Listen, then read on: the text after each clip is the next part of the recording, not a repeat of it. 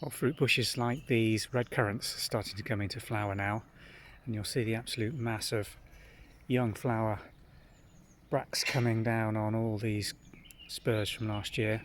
Now's the time to get some feed on around the base if you haven't done so already, to support these plants as they produce the fruit for the coming season. Well, these climbing roses are really coming into growth now. We've even got some early bud forming on some of these spurs as they're breaking. These are big roses and they've been pruned hard back over the autumn and winter months, but now just look at the rate of growth that's going on them. So a great time to get some slow release fertilizer around the base of these roses, and if they are in rain shadows where you're growing them, just keep an eye on those growing tips to make sure that there's no softness. Keep them well watered if necessary, because these will put an enormous amount of growth on over the next coming weeks. These hollyhock crowns and plants are really starting to grow away now. They're coming into their peak growing season where the leaves are getting bigger and bigger, and it won't be long before we see the flowering spikes starting to emerge through the top of these. But these are ones that really don't want too much in the way of feed. They like it hard, they like it dry, they like it stony and barren, and you'll get far better flowers from that, growing them hard, than giving them too much in the way of feed. So a complete opposite to your roses, the hollyhocks. Best to ignore them and just let them do their thing.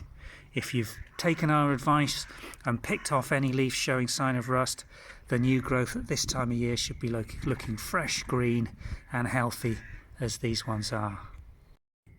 Seed beds, usually you know when the soil's warm enough for things to start germinating, and the clues are all around us here. Despite this cold, wet, damp spring, just look at the growth on this seed bed that we cleared a couple of weeks ago.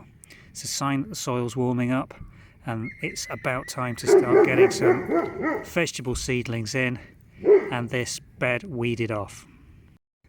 If you grow strawberries, chances are they're coming into flower at this time of year, and if they've been neglected as badly as these ones have, it's a good opportunity to get in there, weed through the membrane, make sure that the plants are well established and no loose growth, and clear off any of this brown and dying material to reduce the load of any viruses or other infection or parasites that may be lurking around the bases of these plants. It's also time to start thinking about some protection for these, because before you know it, strawberries will have formed, and then a month or two later we'll get the first ripenings. And if you don't protect them, chances are in an environment like this we'll lose the lot to squirrels, rabbits, Weimaraners who have taken a shine to strawberries, and anything else that takes a liking to them. So a bit of strong netting is absolutely essential if you're cropping these and growing them on the ground. One final tip: revisit borders that you've weeded and tidied up earlier in April, because 4 weeks on, with the warmer weather and longer days, chances are you've got a fresh flush of weed. This bindweed's really starting to come through here. If you go over it now, it's a much simpler and quicker job. Refresh the border toppings and dressings and it will keep looking good while the herbaceous really fills in and makes the job easier for you later in the season.